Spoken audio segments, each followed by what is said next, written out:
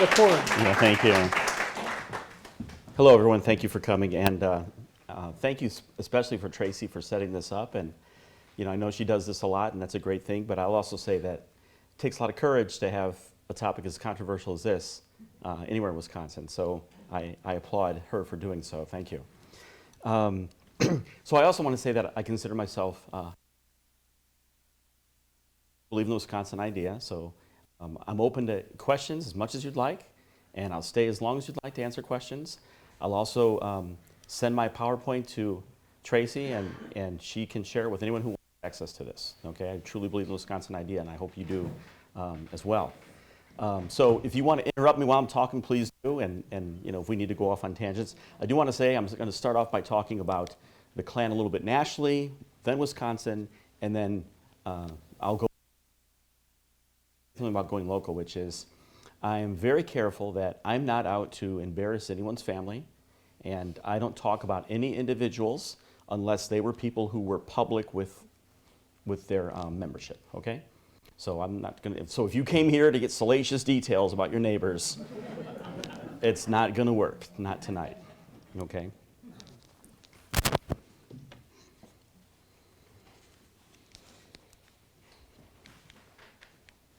Oop. I'm going to turn this off. Sorry, I think thought I had this working. Maybe I don't. One more time. A moment ago I did, Tracy. I can do it manually. It's not a big deal. Oh, maybe I can't. It's frozen. Good. I feel better. I feel better that it's not me. It should. Oh. Yeah. It's turned on. Yeah. I did try it. Before we started, I did try it. Yeah, you're right. I think it just froze up.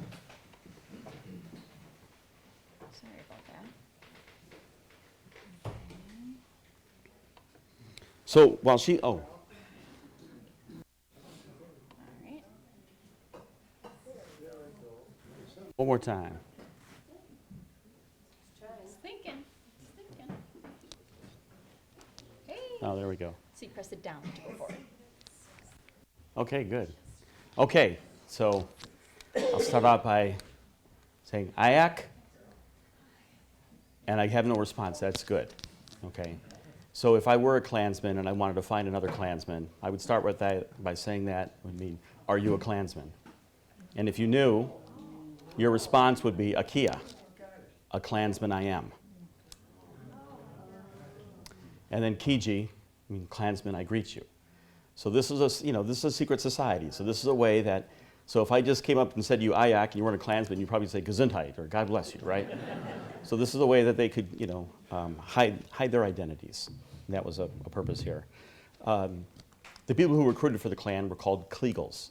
And you can see I have that word up here. It means KL, Klan, right? And then Eagle, so a patriot, someone who's moving forward. So they use a lot of Ks whenever they can and make these hybrid words for their purposes. So I want to start off by doing these general misconceptions about the Jazz Age Ku Klux Klan. That is the Klan that existed 100 years ago. Did they tend to prosper in the South? Was the Klan pro-Confederacy? Why the masks? Some people always ask that. That one I think is pretty self-evident, right? But it's not the answer that they would give. Were black people their main target? Did Klansmen wear bed sheets? Did the Klan mete out violence? Was the Klan a fraternal organization? These are questions that I commonly get asked, so I start right at the beginning by trying to answer those. So as you can see, this 4th of July celebration over a long weekend in 1926, if you can see where it's taking place, Long Island. So you don't get much north more than Long Island, right? We're talking about New York.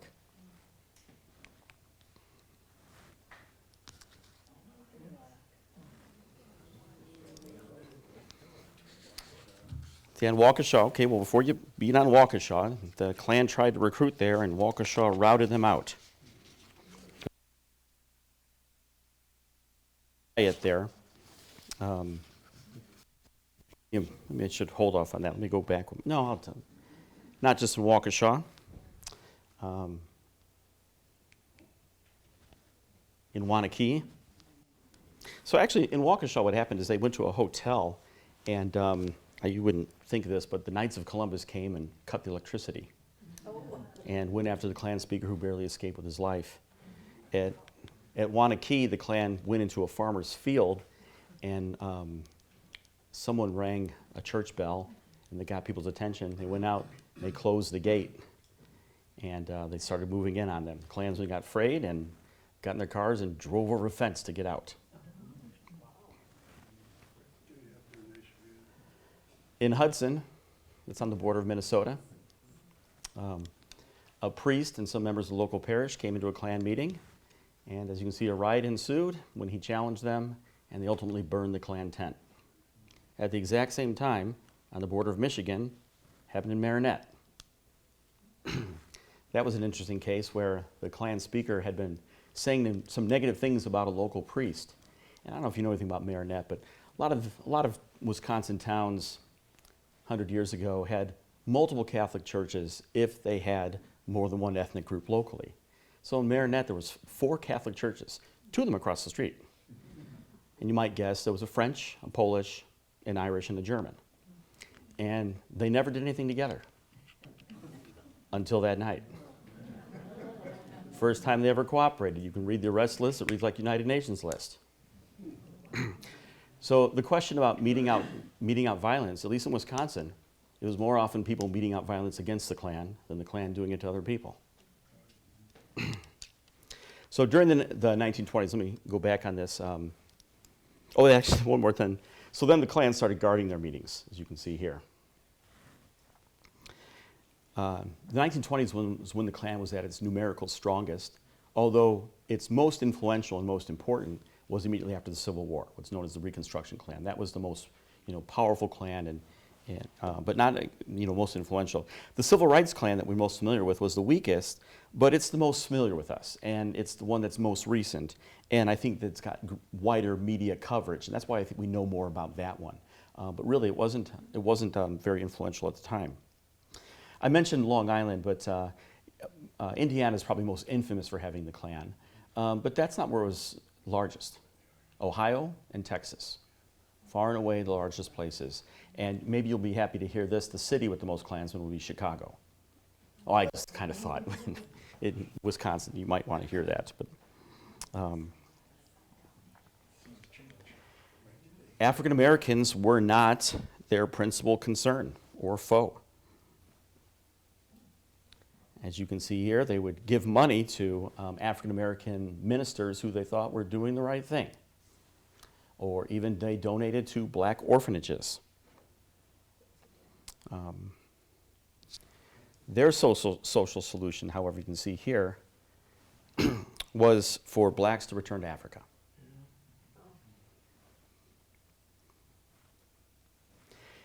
And regarding them being accepting, this is a song, if you know this, you know the song Turkey in the Straw?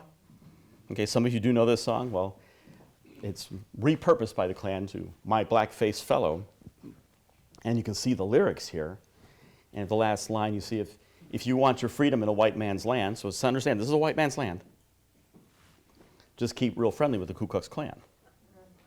So the idea is if you stay in your place, if you stay in your social station, if you don't challenge the status quo, you'll be fine. The Klan won't molest you. This is the Imperial Wizard, and see that the Klan was influential. There he is on the cover of Time magazine. He's also a member, you can see his grave, he's also a member of the Masons. Very popular venue for the Klan to recruit in were Masons. Yeah. But as much as I don't respect the man, I do respect this honest statement that he has here. We Americans all deny equality to tens of millions of our own citizens. And he's saying that as we should. He's saying blacks are citizens, we can't do anything about that, and we deny them equality. And he's fine with that, and that's an expectation.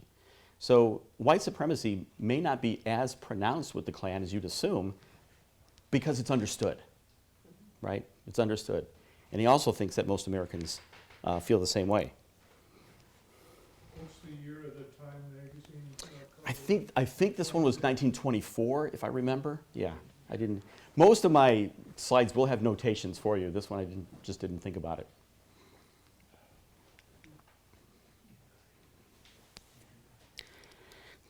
So they were against all non-Americans.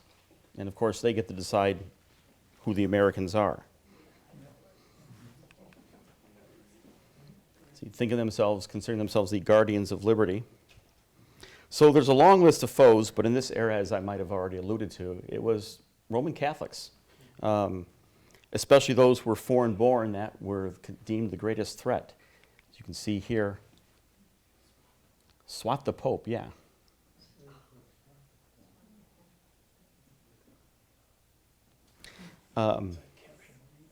The caption reads, "Let's go, the old," it says, "Come on, Klansmen, a subscription to the Badger American does the trick." So the Badger American was the pro-Klan monthly magazine published in Wisconsin.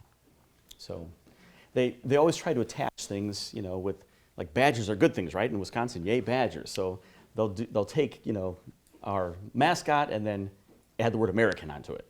Or sometimes add the word patriot, right? And that's how they're trying to, be inclusive. Is it possible? That's their recruiting. But at the bottom it says, "Let's go." The old AEF slogan suits us. That's the American Expeditionary Force. So this is after World War I, of course.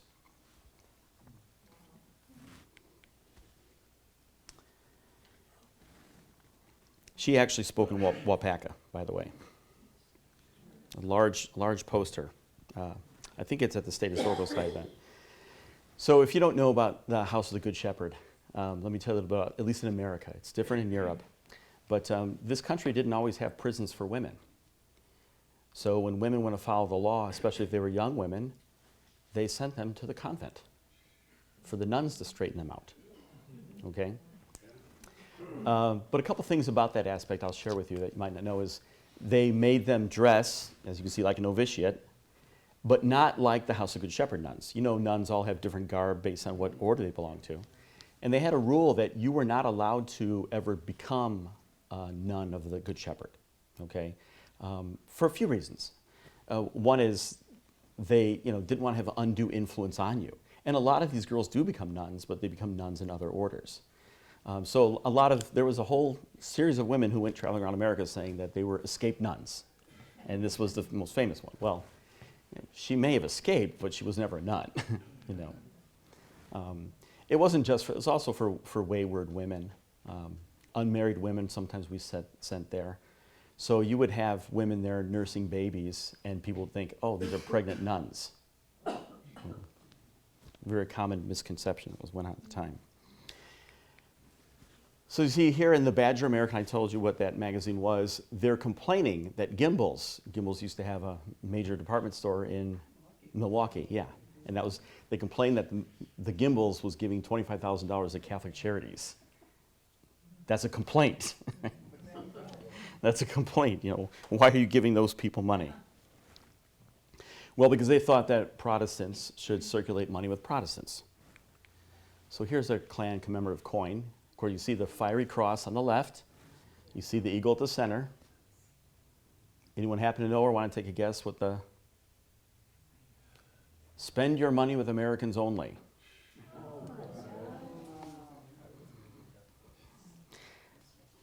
Yeah.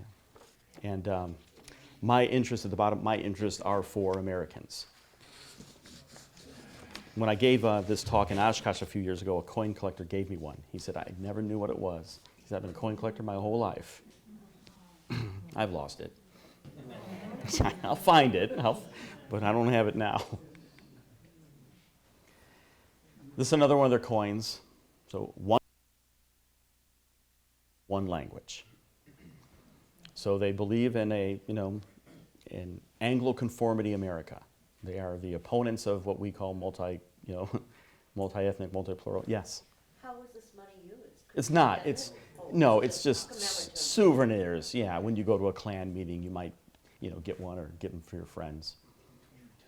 1922. How can they say one language when their ancestors spoke a different language? Now, what you're doing is speaking logic here, and they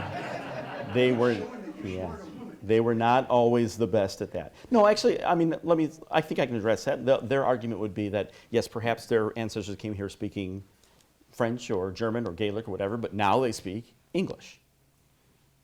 Now, that's their contention, It's actually, not only is it, doesn't embrace a pluralistic society. But as you probably all know, well, let me give, if I can, on a tangent, my own personal example. My grandparents came here from Poland. They never learned English. My mother, she never learned to read Polish, but she could speak it. And she would go to the bank with my parents, all the things. What do you think I got as far as Polish? Right. I got dupa, pierogis. I don't have much, right? So if the Klan was just patient, they would realize that, these things happen. What we call acculturation does happen. There's not much that I still hold to. EWJS is Exalted William Joseph Simmons. Yeah. Emperor William Joseph Simmons, I'm sorry. Oh, yeah, and the OSFK is, one school flag country. K for country. That's what's throwing you off naturally, of course. They're always going to do that. They're always throw Ks in there when they can. Side of spelling America with a K.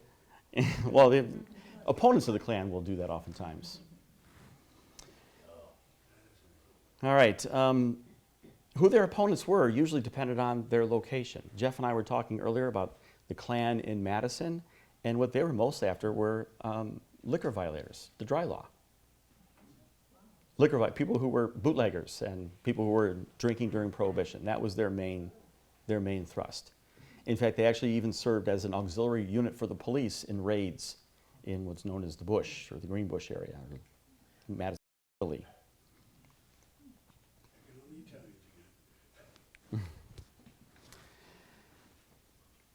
It says, I guess you can't probably see it, it says Stars and Stripes Forever. So the idea of them being pro-Confederacy, not true. Not true. The one immediately after the Civil War, yes, but not after that. They emphasize, again, one flag, right? Not the Confederate flag, one flag, the American flag. Now, if you don't believe me, let me show you America's largest flag that was housed right here in Wisconsin by the Wisconsin Klan.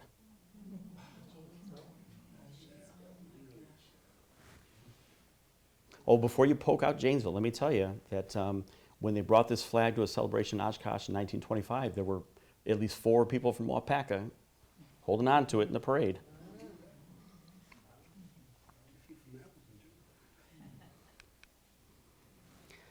And Abraham Lincoln, they're big fans. As you can see here, it says, Lincoln, Illinois, appropriately named after the great president. They don't wear bed sheets. These are uniforms, as you can see, with measurements. They're a required uniform produced and sold exclusively by the Klan for Klan's members. This is a 19th century Klan outfit. As you can see, nothing like the outfit we're accustomed to. The only 2 things in common here is one is the mask and the other is the cross on them. Trying to associate themselves with Christianity, or today we're calling that Christian nationalism.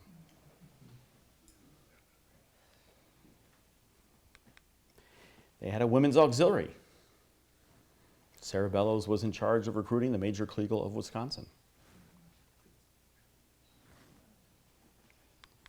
And a junior outfit. If you can see, this is a crossword puzzle on the right. They had their magazine had a juniors page, and that was one thing you see. You can see it says JR for junior, and they have the K, recruiting American boys. Okay, if that's how you disturbed, they had no age limit on what they were interested in.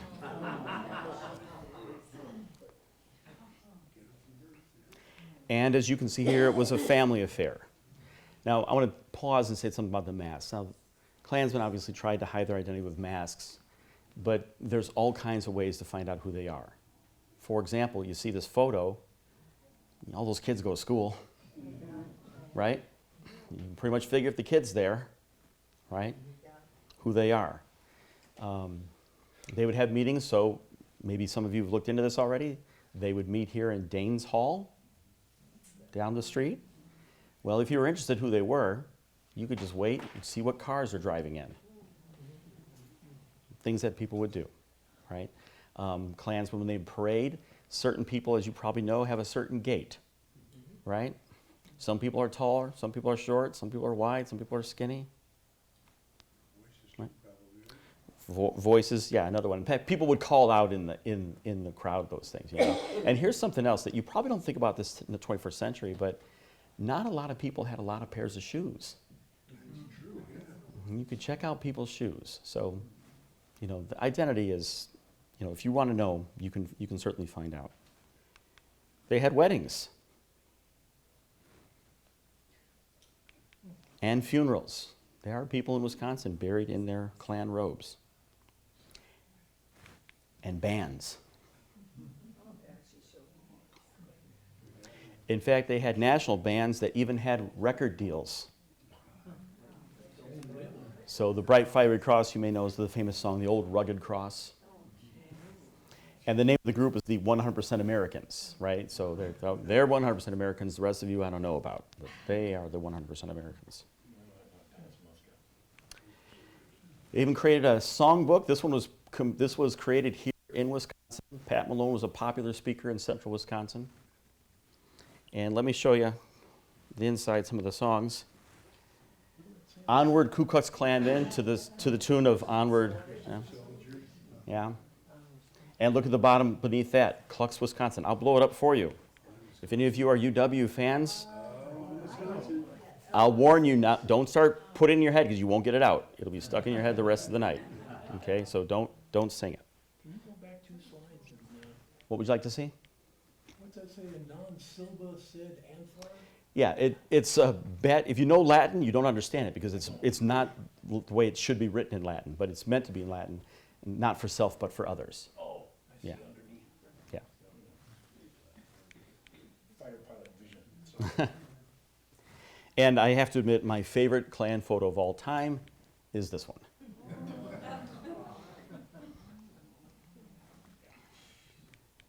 Merry Christmas.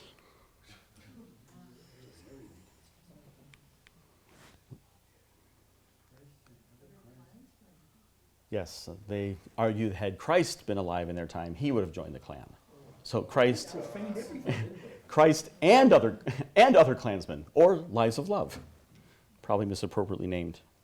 Did somebody not explain to him that Christ was Palestinian and very dark?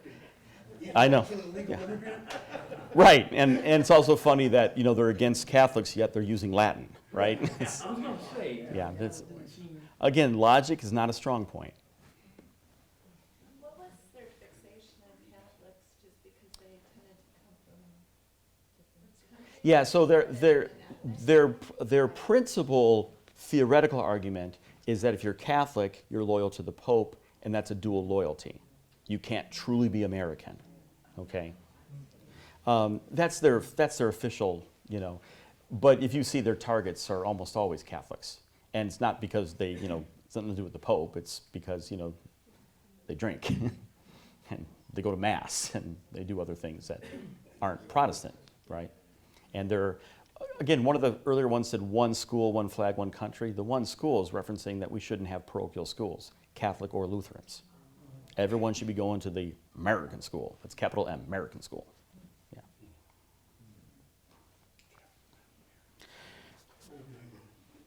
So where did the Klan prosper? Numerically, actually in cities. Numerically. But percentage-wise, much more often in rural areas. So here's a parade in Milwaukee, and you can see these guys on horseback. But if you know anything about Milwaukee by 1924, not a lot of horses in the city of Milwaukee, 1924. They have made the transition, right? So in case rural people going here. Rural areas, which would, by comparison, tend to have subpar educational systems where white Protestants dominated and feared the other. Feared people that they wouldn't see, they wouldn't know. I don't think that we're a lot different today in any place. Also, they flourished in places that had greater ethnic parity, in which white Protestants felt threatened by emerging others who were upsetting the long-standing power and ethnic status quo. Okay? They had students too.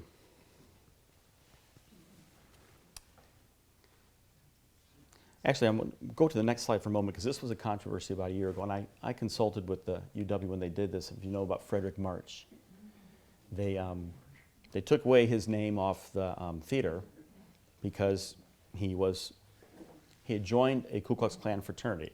And let me say something in his defense, okay? Before there was a Ku Klux Klan, there was, let me see how I say this. After the movie Birth of a Nation came out, if you've seen that movie, which one of my friends, that's the way she used to punish her daughter, was make her watch it. Because it's 3 hours long, it's in black and white, and it's silent. So it's a good way to punish children. But they're the heroes. If you don't know this movie, the Klan are the heroes. They're the good guys who ride in at the end, save the day, playing to Flight of the Valkyrie. Okay? So fraternities across America created at their schools a super fraternity. And what I mean by that is they would take one member from every fraternity. And this would be, again, a super fraternity. Frederick March was a member of that, which had no connection to the Ku Klux Klan whatsoever. But it was called the Ku Klux Klan. Okay? There was a Ku Klux Klan fraternity on the Madison campus. It was Kappa Lambda Beta. Klansmen be loyal. Kappa Beta Lambda. I'm sorry, Klansmen be loyal. So he wasn't a member of that. That was the one that truly had an affiliation with the Klan. Okay? So just for a point of reference, I thought I'd show this to you. This is John Harvard. This is at Harvard University. And that's, if you ever wonder who the guy is, that's him, John Harvard. And here is John Harvard with some uninvited friends. So this wasn't peculiar to Wisconsin. Even our highest, most respected universities, most well-endowed universities in America had this. All right, why the mask? Well, secretly, certainly, as you all know, allowed for anonymity of action, actions without repercussions, right? But here's some typical Klan answers. The Klan explained or justified their secrecy by emphasizing that anyone, your next door neighbor, your business partner, your cousin, your friend could be members. So watch how you behave. You don't know watch how you behave because they're watching you, and you don't know who it is who's watching you. Okay. Another one they argued was that the visors, the covers on their face, made them more democratic, that they were all equal. It didn't matter if you were a congressman or what, you were all equal. And what the Badger American, if you read that, their answer was, it was about modesty. Oh, we didn't want to show off.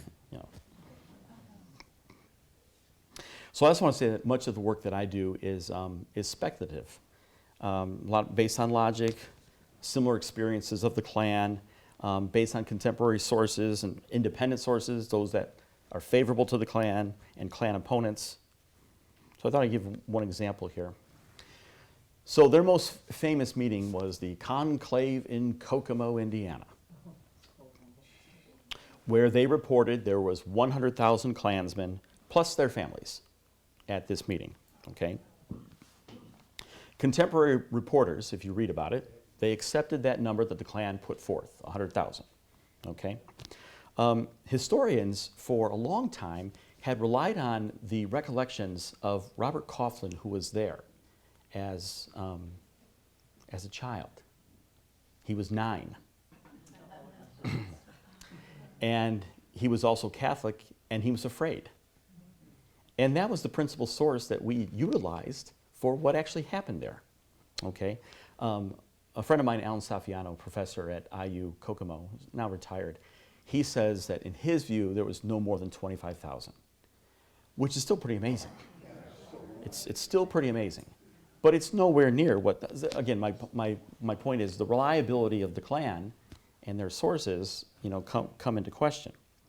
I'll also note that in no history that talks about this meeting do they also mention that the American Legion was having their state convention at the same town at the same time. So when you saw these cars all over the streets, are you sure they were all Klansmen? Now also, I mentioned Birth of a Nation.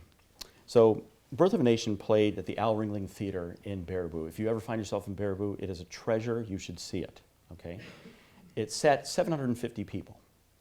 So to accommodate 750 people over the weekend run that it had, they had special trains coming from Madison, Portage, Reedsburg, Mauston, all these places.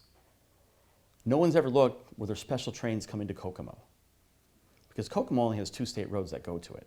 Kokomo's not a big place, okay? So to think that they hosted 100,000 people, plus their families, plus the residents, plus the statewide American Legion Convention, is just simply not believable. It's just simply not possible. So again, I'm just calling into question some of these types of things. But they did have marches. Famous one here in Washington, D.C. You'll see this in textbooks all the time. 25,000, which again is to me amazing and surprising and dismaying.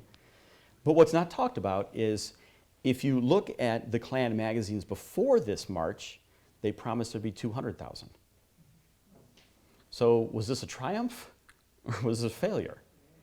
Because your general U.S. history textbook will put this in there, this picture in there with, oh my gosh, dismaying. But here's what they won't put in there.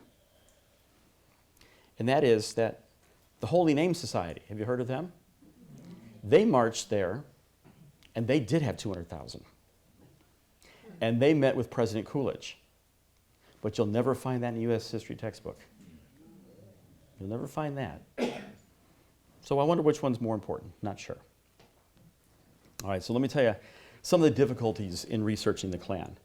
And start with the most obvious, which is, well, they're a secret organization that closely guards their membership, right? That makes things very difficult. For example, I was sharing this story with Tracy about a business.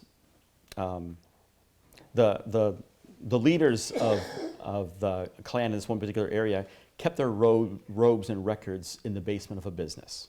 Okay, the Klan fell out of favor. They didn't do anything with them. 10 years later, they sold the business and didn't make the effort to remove the Klan materials. The new owners were disgusted by what they found and paid a company to come there and dump the materials. Wow, I would have loved to have my hands on that stuff, really an opportunity lost, and that happens quite a bit. In 1994, a cache of like that was found, and Central Michigan University paid $100,000 for it. So, to the person who owned the collection, yeah.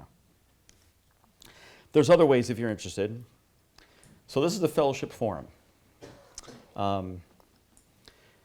When Klan periodicals failed, Klan editors urged their readership to turn to the Fellowship Forum, which was a strongly pro-Klan organ out of Washington, D.C. And for a long time, that magazine tried to raise money to open a radio station, okay? So one thing they would do, is a lot of people do with subscriptions to, building libraries or whatever else, they would publish the donations. So I don't know if you can see this page or not, but do you see all the KKKs? So you know who's giving, all right? And then I'll open this other page here. Oh, wait, actually, let me go back for a moment. I'm going to point one out in particular. Let's see, where is it? What's your stuff? The Women's KKK, Milwaukee, Wisconsin, were some donors. So I don't know if these people are Klansmen or not, but if you take a look to this same magazine sent in from this group of people all from Fond du Lac. Now, if they may be Klansmen, they may not be Klansmen, I don't know, but they certainly share the values of the Klan, right? If they're going to be giving to a magazine like this to open a radio station to purport the things that they're doing. Daniel Woodward ran for Senate, and his campaign is instructive. He ran for Senate seat that was open due to the death of Robert La Follette. In 1926, he won 40,000 votes. And he was an open, avowed Klansman. So I don't know how big the Klan ever was in Wisconsin. We had 40,000 people who said thumbs up to him. Okay, now something else about that. That gives you then a maximum strength of the Klan. Klans had what they called a military machine. And it was a political machine to get out the vote. All right, so it was your responsibility as a Klansman to talk to your friends and neighbors, not disclose your Klansmen, but talk about the candidates. So, even with that, the most he got was 40,000. What's also interesting is you can look and see where those 40,000 votes came. And you can see where there's areas of Klan strength, right? There's areas that he got a lot of votes, well, there's a reason. By the way, he spent a good amount of his time in Kaukauna and Oshkosh, so not terribly far from where we are.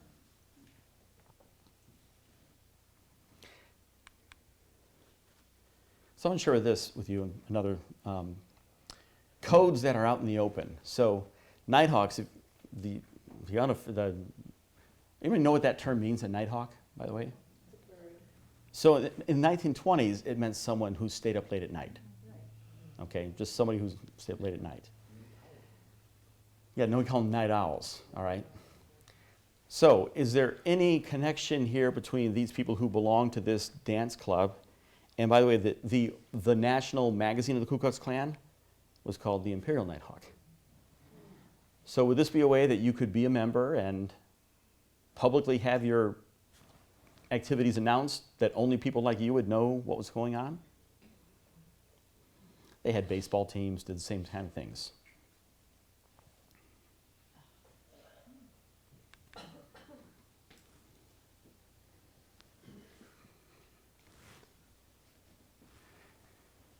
These are people who advertised in Klan magazines. The idea they had was that they would, remember, spend your money with Americans. The idea was that other Klansmen would read the magazines and frequent their businesses. What happened in this particular case is a Catholic weekly in Milwaukee, the Catholic Citizen, got one of the magazines, published a list in theirs. By the way, you want to know who's a Klansman? You want to know who not to shop at? Right here. Yeah, so it kind of backfired. Kind of backfired. I do want to talk about one particular Klansman, is this guy. The Klan, he was a Klansman, he was also a socialist. But I think he might challenge your views of who Klans people are. He was assistant district attorney in Milwaukee. He became the district attorney of Calumet County.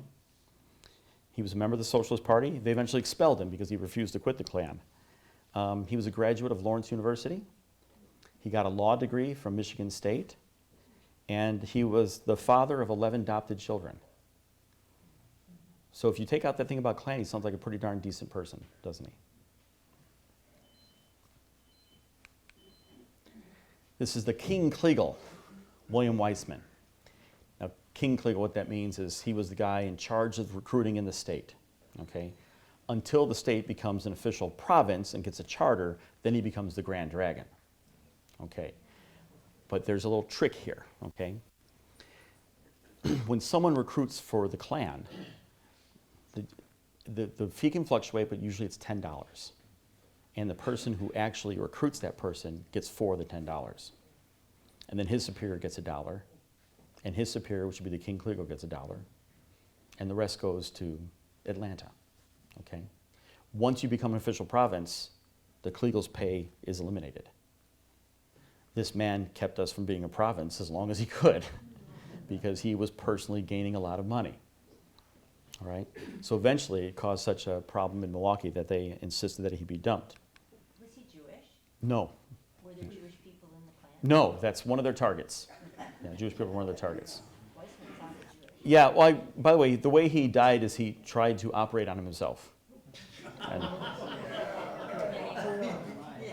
yeah. Before he was a doctor? No, he was not a doctor. He was an insurance salesman before he did this. So they first came to Milwaukee and they didn't form with the name Ku Klux Klan, they formed as the Milwaukee Businessmen's Club. So, when they're recruiting, they're not necessarily telling you what you're joining, and you find out later. Then they became the Bow Tie Club.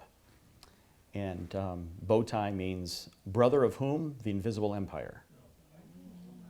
If you know the Invisible Empire of the Ku Klux Klan. And they would wear bow ties. So this is one way that they could identify each other, right? If I see you wearing a bow tie, that's when I might say ayak and see how you respond. So I had that on one of the cards here, as you can see, the Invisible Empire, Knights of the Ku Klux Klan, brother of whom. This was their clubhouse in Milwaukee. It is one of my 3 favorite residences in Milwaukee. It's really a magnificent home, if you take a look at this. It's another way to find out who they are, because someone has to buy that home. Someone has to put their name on a mortgage. Someone has to incorporate. So the records are there, yeah. Where is this in Milwaukee? How well do you know Milwaukee? It's at, I think, 24th and what's immediately north of 24th and Kilbourne. Yeah. Yeah.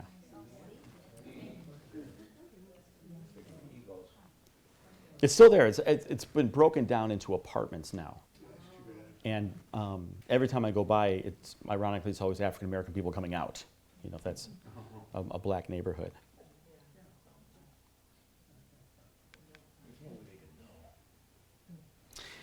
So I want to, this was a major war in southern Illinois, Williamson County. There's a book called Bloody Williamson County, and S. Glenn Young was a Klan leader there, shot dead. You see the Klan has a march, and the most famous Klansman, D.C. Stevenson, the leader of Indiana. And the reason why I'm pointing these guys out is their downfall is in 1925. By 1925, the Klan has been exposed, and it's on the steep, quick decline, except in Wisconsin. That's when Wisconsin starts to really be successful. It's one of the strangest things about the research here. Oops, sorry, wrong way. Fred Zimmerman, you can see he was Secretary of State, Governor, then Secretary of State again a long time. A Klansman. Names are not conducive. Weissman, Yeah. Zimmerman. Well, they're German. Exactly. They're German names, yeah.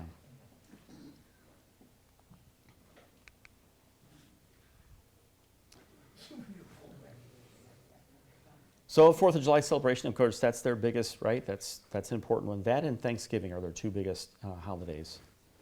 So they had a program, very large event. If you can see, the welcome at the very top, look at the left, the welcome from who? The mayor of Oshkosh. And you can see all the various activities that are going on. Fireworks, parades, weddings, scrimmage baseball games, selling sausages, hot dogs. And then at that parade was the flag I was telling you about.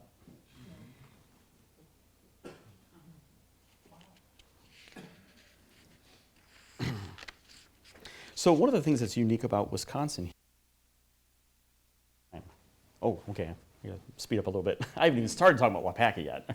Waupaca County, is that it's unique because there's parity in this state between Catholics and Protestants, right? In other places where it thrived, Catholics were a minority. The thing is, but with the parity, though, there's so many Catholics that they can't really be vilified because you know them. You work with them. You go to the fish fries with them, right?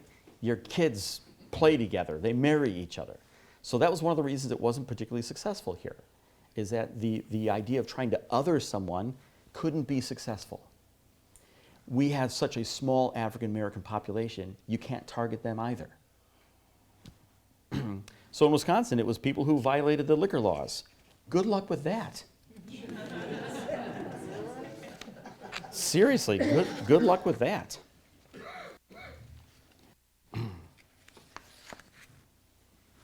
So I was going to say, yeah, they're the bad guys, and this is known, right? Now I want to, just for a moment, I'm going to leap forward for just a moment. Okay? This is the 1960s. The Selma of the North. That's what we were called.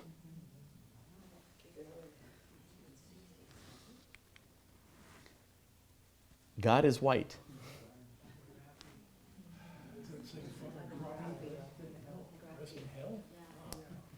Now, people often ask me in these talks, is the Klan something to be worried about, something to be concerned about? My answer is no, because they make up such a small number. We're not seeing 25,000 march in Washington, D.C., right? We're not seeing people carrying Nazi symbols any longer. out in public. But having said that, I do want to remind you that some people have the capacity to do a great deal of harm. I just wanted to point that out. Okay. And the last thing is a challenge to all of you, which is I don't fear racism. I don't fear that at all. I fear complacency. I fear when people know about racism, they don't do anything about it. That's the greatest challenge that we have. And it's quite honestly, it's why I'm willing to travel all over Wisconsin to talk about this. So if you just came here as adult bubblegum, then you wasted my time. Okay? I'm hoping you take action. All right, so here's something else that you won't find in 1924. Okay, I told you about the riots that had happened in Marinette, for example. Governor John Blaine pardoned them all. So the message was sent to the Klan or to Klan opponents, do what you want, because I'll pardon them. Okay? There was a patrolman in, I don't remember, in Boscobel, who during a Klan parade a patrolman went and just started tearing off masks. Well, the Klansman then beat him. He pulled out his pistol. He was pardoned by the governor. So the message is, do what you want to these guys, and the governor will stand behind you. So with that kind of information, when Blaine was running for re-election, you can see that they sent these out, and these are for Waupaca County. They're for every county in the state. And they ask a series of questions, and if you look at, I see question number 4, is there any Klan activity in your county against Blaine? So these are the reports from citizens of Waupaca County that were invited. John Blaine, by the way, is a Republican, and so they sent them out to select, people who were connected. And you can see on the one on the right says some yes. I can't read the one on the left, but others are saying, I have not heard of any, not sure, not much. I don't know of anything regarding the Klan. So I can tell you that in October of 1924, not much activity going on here. It's afterwards. But there's attempts before that. Oh, there's another one. So this is Royalton in March of 24. Clintonville. And you see the newspapers I have, if you're looking for the citations of these. Big Falls. Wait, why did that get such a reaction? Nothing else did so far. What do I need to know about Big Falls? We just went there last week. We drove for 10 seconds. It's tiny, it's tiny. Okay.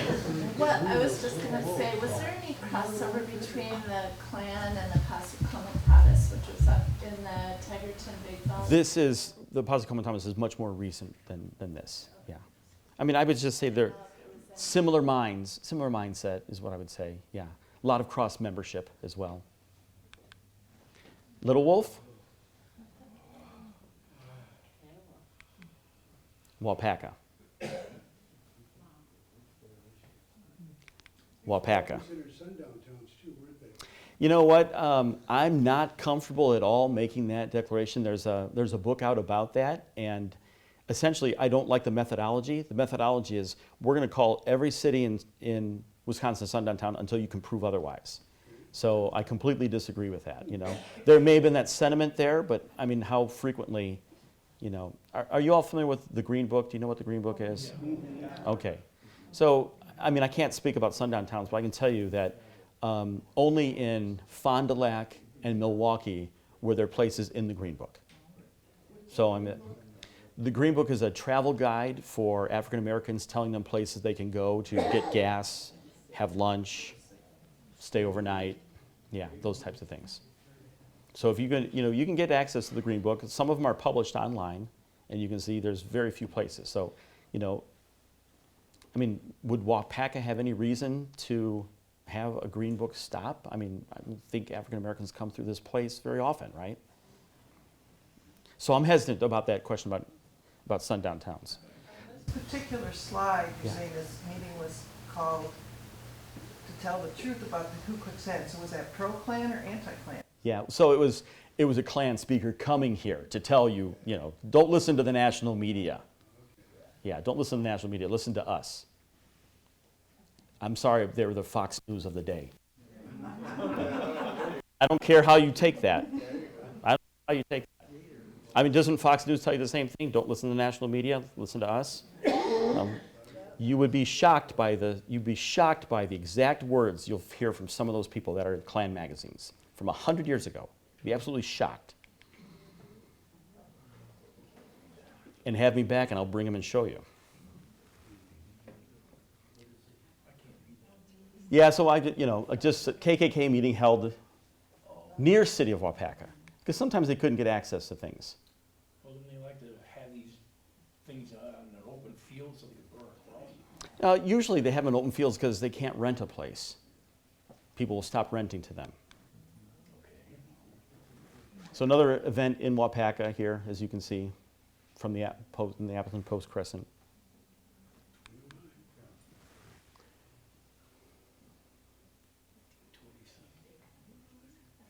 Yeah, that's what I was going to point out. So here's 1927. We're long past the exposure of D.C. Stevenson and the Klan, and yet we still have activity here.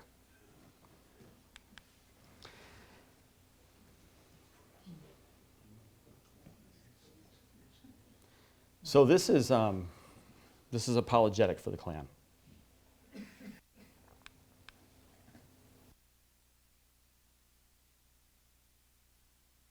So again, I'm not going to talk about these events. I just wanted to let you know that it was indeed here.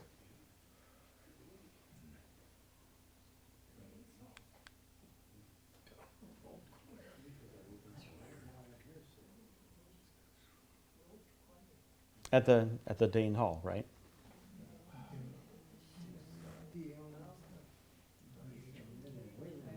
And at 3 o'clock, I mean, that's the middle of the day, right? That's not hide yourself at night. That's the middle of the day.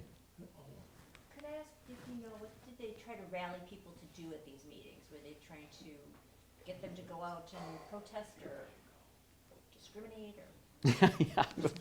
Put your discrimination shoes on. Yeah, I think that was. Yeah, I mean, to get them to organize politically. Oh. Yeah, and to get them to organize, again, economically. Let's you and I trade with each other and not be involved in business with people that, you know, we don't think belong. And now this one, you know, I mentioned how they would delay a charter as long as they could. As you can see, there was activity here for years, and they didn't actually get their charter until 1927. So they delayed it as long as they could so they could milk the people as much as they could. That's my historical opinion.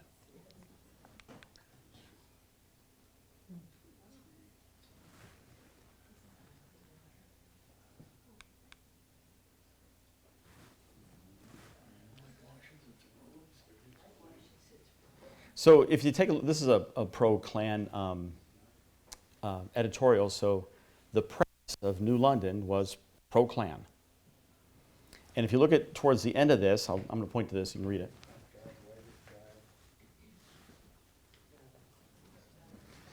Yeah, if the Klan is not of God, why does God preserve it? Why is he allowing this?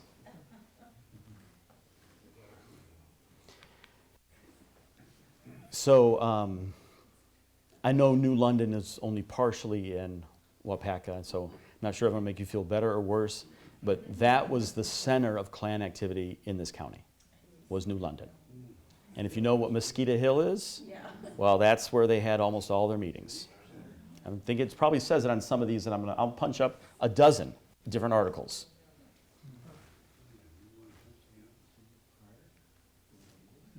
Oh yeah, so they were denied use of the park. So.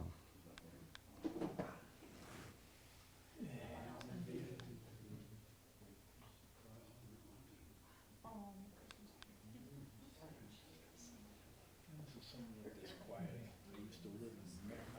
I used to live in Lindenville and go down to New London to shop. This was only 8 years ago, not 100. Right. Was the burning cross meant to be somewhat of an intimidating factor? I think it evolved to that, but that was not their intention. Their intention was to say, Christ is alive. Nothing else, you could see their fiery cross. Now, I think we've come to accept that the Klan does this for intimidation purposes. But when they did it in this era, they were doing it to announce that they were here. They're here, they're recruiting, you know, so you know, oh, okay, if I want to join, I know there's a recruiter around here somewhere, okay? And then they would light them again when they hit milestones, you know, 100 members, 1,000 members, whatever, yeah. Yeah, again, I just didn't know if I was going to make you feel better or worse about just knowing that wasn't directly here. Yes? We're from New London, and I'm just wondering about Mosquito Hill. Were there actually people there then, or did they come into New London and find Mosquito Hill? So, I did, and maybe, I wondered, Tracy, how you got me, by the way. What made you, how'd you find me? I had gotten an email from the Browns County Library, I think it was, and you had spoken up there. Oh, okay. And I thought, but one of, probably the number 2 question we get here at the Historical Society is, I heard the Ku Klux Klan met at the Danes Hall. They did. Like, we get that question a lot. So yeah, those 2 things combined, yeah. Mike, what she did, she asked you the code term, and then you answered with code? Well, I mean, I asked that question because I recently wrote an article about Klan recruiting in the Fox cities. And so you'll read about them coming to Mosquito Hill, but they'll say along the lines of, you know, we're going to go meet our friends at Mosquito Hill. So it's very well established in New London. Yeah. Although, as you can see here, they don't get their charter until 1927 also. Yes? I once read that the KKK was recruiting people as or membership as a community, family type of organization. Your spouse can be part of the auxiliary, the children can belong, there were activities for everyone. And also that some people who joined for that reason and had no idea or not much idea that these other things are going on. I don't know if that's true. So the first part is true, that they very much pitch themselves as a family thing. In fact, you'll find, so 4th of July was their best holiday because that's Independence Day, rah, America. Their second favorite holiday was Thanksgiving because it's an American-created holiday, and that's when the second Klan revived itself on Thanksgiving. So you'll see a lot of communities where the Klan's active where they'll be delivering baskets on Thanksgiving to needy families, white and black. Yeah. So the first part of your statement I think is absolutely correct. But the insinuation maybe, and maybe I'm reading into this, that the second part, there's innocence to this. Look, if white supremacy is all over this. So I don't give anyone a free pass saying, oh, well, they just thought this was a fraternal group or they're handing out Easter baskets. Bullshit. They're white supremacists, and if you're fine with that, then so be it. But let's not try and mask it and say it's something else. Can I ask you a question? Yeah. I'm listening to all this and all the organizing, and it's bringing me to something, the little man in 1939 in Germany, the stuff he organized. Did he learn or even take any of this stuff? I don't think so. In fact, the Klan tried to organize in Berlin and had only modest interest, you know. But let's rather associate it rather than connect it with Hitler, connect it with the American Bund, if you're familiar with that. Yeah, very strong connections, yeah. The American what? The Bund, there was a pro-Nazi, or at least pro-fascist, let me say it, pro-fascist movement in the United States, mostly German, yeah. And heavily in Wisconsin. Yeah, one of the 2 or 3 strongest places was Wisconsin. Yeah, Wisconsin, Missouri, Minnesota. Yeah. They were big in New Jersey too. What's that? The Bund was big in New Jersey. Didn't they have a bunch of Probably so, yeah. summer camps Probably out so. there for kids? Charles Lindbergh was a big fan. Henry Ford was a big fan. So, I have Yes. a question about the design of their cone heads. yeah, okay. You know, I'm sorry. In Spain, in the very big Catholic Yeah. processions, that is just one of their. People mistakenly So where did they? People mistakenly see those pictures and think they're Klan marchers, and they're not. Did they try to emulate? No, it's sheer coincidence. Yeah. So what the white was originally meant to be is they were trying to look like ghosts. They were trying to scare people. So if I can get to very basic, more than you need to know, but they were founded by a small group of Confederate soldiers at the end of the war who did it to play jokes on each other, okay? Because they were bored. They didn't have the excitement of the war anymore. But after a while, they got to know each other's jokes, right? So they looked for a vulnerable community that they could play the jokes on, and those would be superstitious, uneducated African Americans. So they're dressing as ghosts, right? And so one of the great ploys was they would go to an African American house and say, oh, you know, I just came from the Battle of Shiloh, you know, looking like a ghost, and say, I'm really thirsty, can I have a drink? And they would have a false bladder inside, and they would drink an entire bucket of water and, you know, startle them. So that's how, you know, that starts out. But obviously it morphs into something quite different. Yeah. Yeah. When the Klan went downhill on 24, was some of this a lot of Ponzi scheme where they were raising money and selling uniforms, and that was Absolutely. really the name of the game? Yeah, well, I mean, for some, I wouldn't say for all. I mean, no, don't mistake. You got to have true believers to have this many people, right? Right. But here's one of the problems that they have. Like this Weissman guy is a bad guy, right? And once he starts, you know, absconding with money, then what do you do with him? Because you can't fire him, because he knows all the secrets. He knows all the names. He's got all the lists, right? So you got to move him somewhere else. You got to shuffle him around, and that's what they end up doing. So, you know, bad leadership just bred itself, right? Yes. I'm a little confused on your 1924 date. I realize you're the expert. Yeah, by the way, I didn't think I said 24. I think 25 is when they started to go down. Okay. He said 24. Yeah, okay. I'm a Notre Dame grad. Go Irish. Go Irish. Yeah. And the big riots there between the Klan and the students were May of 1924. Mhm. Now, you alluded that things were different in Indiana, maybe timeline, than they were in Wisconsin, but that seemed to be about the heyday when the big riots were on campus and in town in South Bend. Yeah, so you must have read Todd Tucker's book. I haven't read it, I'm aware of it. Yeah, okay. So he's not a historian. He's a well-meaning lawyer who's a convert trying to do history. I do know Notre Dame Library, Hesper Library, has quite a collection. Yeah, I've gone through it. You know what's interesting that they don't have? The newspaper from the day of the riot. Okay. So they have a reel of the South Bend Tribune, but it's missing that particular day. Now, But you know who does have it? If you go to the South Bend Public Library, they have it. So tell me, why is that the case? Because if you know anything about the duplication of microfilm, you make one copy and everybody gets it. Do Yes. you have a suggestion as to one single book that would be a good history of the Klan? Accurate history? Yeah, I mean, I think it depends on what era you're looking for, you know. You know, every historian, when they write anything about the Klan, they have to cite David Chalmers' Hooded Americanism, so I'll fall back on that, you know, but it's, obviously it's a dated book. Yeah. So actually, I didn't get to get back to yours. So the Notre Dame one's interesting because you may know, if you know that, you may know that Notre Dame was largely a commuter school at that time. So the Klan was planning a rally, and students were coming in at the same time and coming in on trains, and they knew that the Klan was famously anti-Catholic. So what happened was a number of these commuter students beat Klansmen, took their robes, put them on, and gave the incoming Klansmen bad directions.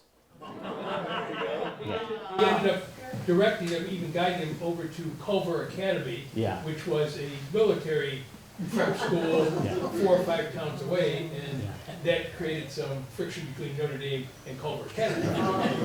So eventually, I mean, not to do too much on this story, but eventually the president of the university told the students to stay away, but they couldn't. And the Klan regrouped and suckered them into coming out, and then there was a street fight. Yes? It's a little off topic, it's not Wisconsin and not the 1920s, but the Klan plays a pretty prominent role in To Kill a Mockingbird. Yeah. Was that an anachronism, or is it something that just kind of keeps cropping up through? Yeah, in that case, I'd say it's something that keeps cropping up. You know, there isn't oftentimes an organization, you know, we don't think of it, as much as I'm saying it's organized at that time, it's no longer organized at that time. It pops up when necessary. Yeah. Yeah. Your thesis was mentioned. Could you tell us some of the findings you mentioned that you found in terms of the Klan and the Catholic Church? I think the one that I might say would be, well, again, what I found most surprising was that it was more often Catholics meting out punishment on Klansmen than the other way around. That was very surprising to me, okay? The other thing that was surprising to my director was that the Klan's effort was to make Catholics more American in their minds, okay? And it worked. It worked. If you study Catholics in the 1920s, you see what concerted effort they'd make to prove that they're American. Okay? Has anyone here, by chance, ever been to the Dickeyville Grotto? Okay, well, if you've been to the Dickeyville Grotto, you know one part that they celebrate being Catholic, and there's another part they celebrate Thomas Jefferson, George Washington, Abraham Lincoln. Built also in that decade was the Cathedral of Springfield, Illinois. On one side of the church, the stained glasses are all, you know, your typical Catholic saints that you expect. On the other side, it's all Americans. To me, it's no coincidence that this agitation, it works, right? I mean, we don't like to think about agitation violence works, but it works. I mean, the worst example I can give you is none of us knew who Al-Qaeda was 25 years ago. None of us. Now we all know who they are. So I'm sorry to say that, but if you're trying to get attention, violence works. It's funny, because I lived in California, grew up in California. When you think about it, the Catholic Church, in our town that I lived in, there was the Italian Catholic Church. Yeah. Mm-hmm. And then across town, there was the Irish Catholic Church. Yeah. And even in San Francisco, the cemeteries, I don't know if you. Same thing, you know, yeah. that Well aware, yeah. Each one has their own separate cemetery, the Jewish, the Catholic, the Protestant, Yeah. you know. Which is why I cited Marinette. By the way, across from Marinette, you may know, is Menominee, Michigan. Yeah. Same thing, 4 Catholic churches. Same thing. And in my day, growing up, a mixed marriage was when a Catholic boy from the Polish Catholic Church married an Irish girl. That created major mixed marriage. I think that's bad. Irish American married a Sicilian. Yeah. That was the worst. So if I can, very briefly, I went to a small Catholic school in Indiana, St. Joseph the Worker, and all German. And in fact, when they stopped teaching German in the public school during World War I, the public school, local public school, literally shut down. Everyone came to the Catholic school, to German, okay? Now they have tamale days, okay? So, you know, we have celebrations that are, you know, I mean, the architecture is still old Gothic German. The music on Christmas Eve is still old Gothic German. But everything else is really, you know, multicultural. So I did have, I think, one more slide to show you that here it was in 1929, and they're still going.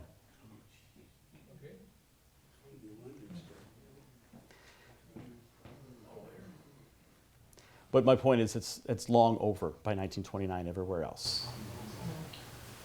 So what caused it to die out? It just imploded, or? Yeah, I mean, there's so many factors, and so many historians will give you different answers. But I think, you know, poor leadership and the Ponzi scheme, the money's run out. I mean, if it doesn't hit it now, the death knell hits in the Great Depression because no one's paying dues to belong to a club in the Great Depression, right? Yes? I'm just wondering, did they really die out, or have they just morphed into some other organization? Right now? Okay.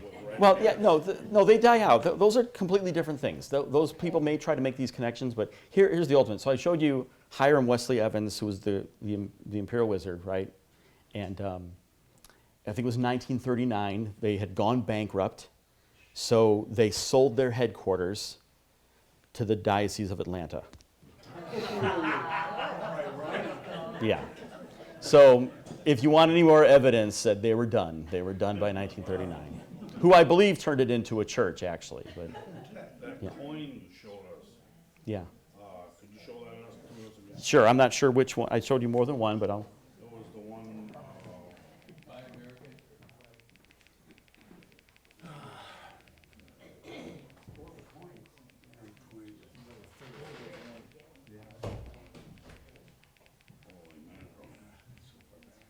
Oop. Oh, we froze again. Sorry. What did you want? Oh, maybe there we go. well, I just wanted to read what was on that coin, that one, This one. yeah. One country, one flag, one language. This little bit over here asked if it maybe morphed into something else. And I had the thought that they're continuing the thought that's on that coin, but it doesn't have anything to do with the Klan, really. Yeah. So a great historian, Kenneth Jackson, he always talks about the mind of the Klan. So even if you're not a Klansman, it doesn't mean you don't share their disposition and their values. So maybe to answer that question, yes, it's clearly still very much alive. Yeah. That Holy Bible doesn't have a flag on it, though. No, just next to it. Yes. Women's rights to vote have anything to do with the Klan in Milwaukee and So the Klan the war, the Klan promoted women's right to vote. right? Their belief was this, that there were too many immigrants in the United States who were playing a disproportionate role and who were promoting alcohol, okay? So if we could only give white Protestant native women the right to vote, they could counter those foreign votes. Because they also believed, and statistically they proved to be right, that foreign-born women would not register nearly as often. That's interesting because two of my great aunts were born in Germany and they had been immigrants here and they were very much involved in that, Yeah. in Milwaukee. So that's kind of like, it doesn't fit the narrative, but also with the war, the wars, World War I, World War II, what did that have to do with the change in Wisconsin? I'm not sure what you're getting at. If you're talking about the Klan particularly, the Klan has, Oh, yeah. Klan has no role in either one in Wisconsin. That it didn't dissipate because people were going to war? No, the Klan doesn't even come to Wisconsin until 1920. So the war's over. Well, Yeah. And it's well, long gone before, and then, well, and it's 1939 there was rumblings, but the Klan in Wisconsin's long gone by then. okay. The sentiment, my point is, the sentiment is still there, but there's no Klan organization. One last question over here. Yeah. Is there a exhibit in the Smithsonian or some museum that has collected artifacts of the Klan? You'll find them here and there. There's no dedicated one, but the Chippewa Valley Museum has some artifacts. That's the closest thing that you'll find. The State Historical Society has a lot of paper artifacts, but not, you mentioned Milwaukee. Milwaukee County Historical Society has a robe, but it's just in a basement in a box, Yeah. If you were courageous enough to give the same talk in a small town in Alabama, how would you be received? I don't know. It depends on what town in Alabama it is. I don't know how I'd be received here. Yeah.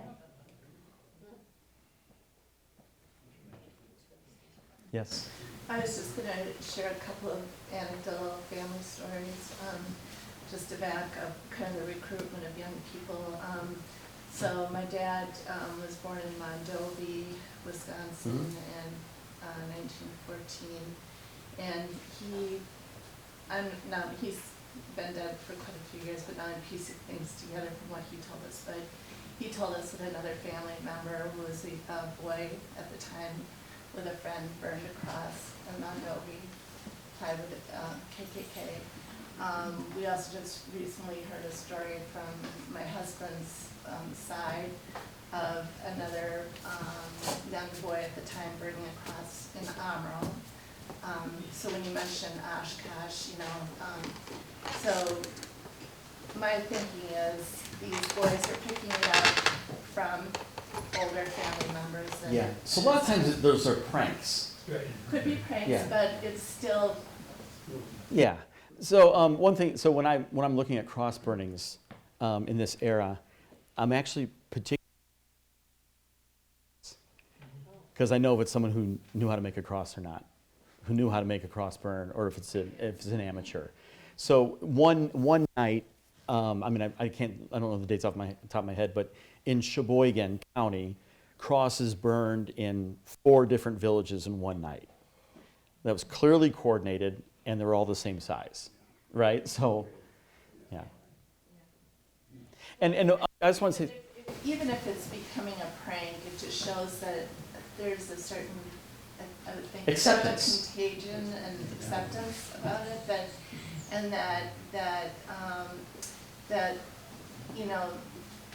young boys, of course, maybe that don't understand what they're doing fully, but think it's funny, but Sure.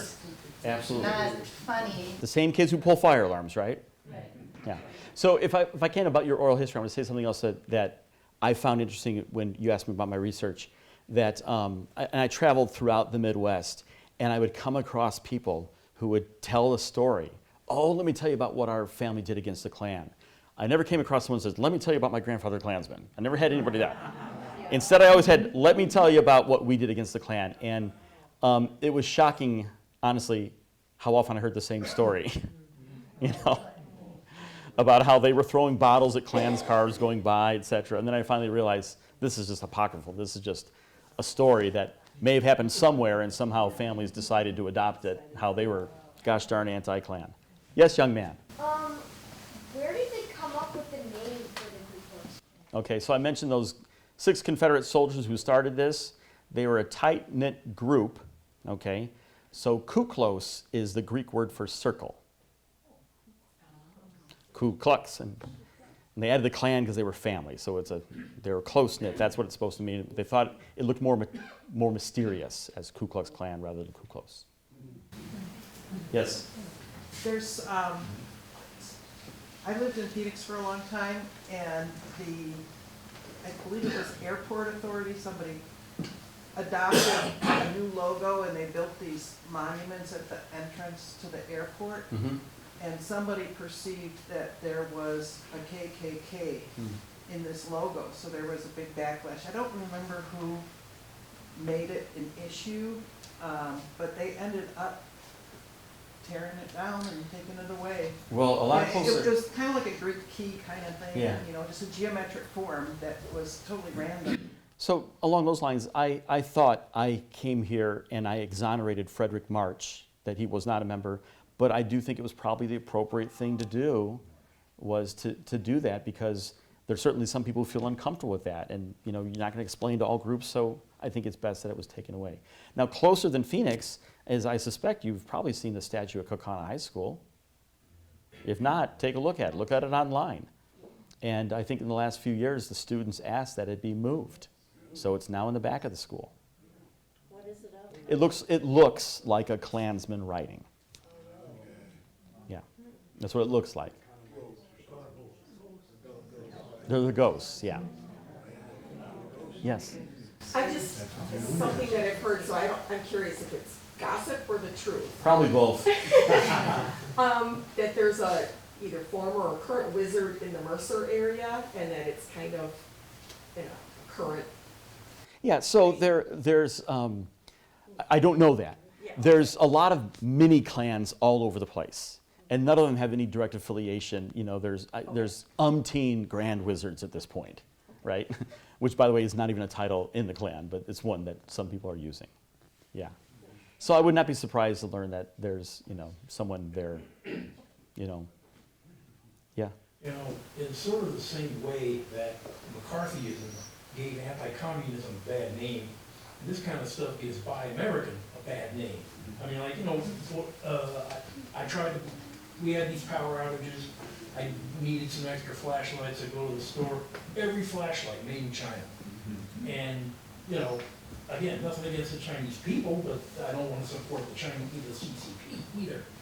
So, I mean, if I bought a mag light that was made in the States, I don't want that to, you know, imply any connection here. I don't think it does. I hope not.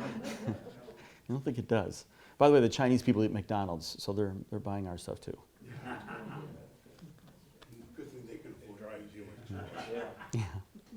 And I was told that Pabst Blue Ribbon is the most sold beer in China. I don't know if that's still the case, but ASAP, yeah. That's right. Are communities doing anything as just kind of a healing type of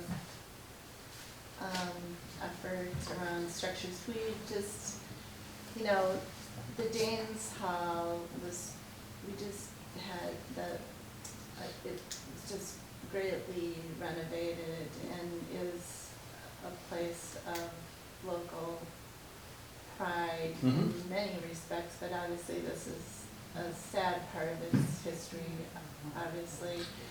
And Well, I'd say the good thing is you've taken it back. Okay? Yeah, I wouldn't hold anything against Danes Hall. for something that happened 100 years ago. No one who is involved in any of this is alive today. I would not hold anyone accountable for this. And that's how I would feel about it as well. But you know, other places there have been these discussions about what to do with monuments and all this stuff, you know, and Yeah, the question about monuments, though, is they're monuments to traitors. Why do we have monuments to traitors in public places? I don't oppose the idea of having a park or a museum for those. I'm fine with that. They don't belong in public places. They're traitors.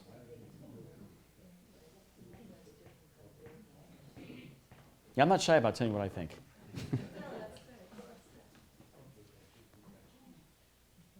Okay, well, I thank you much for coming.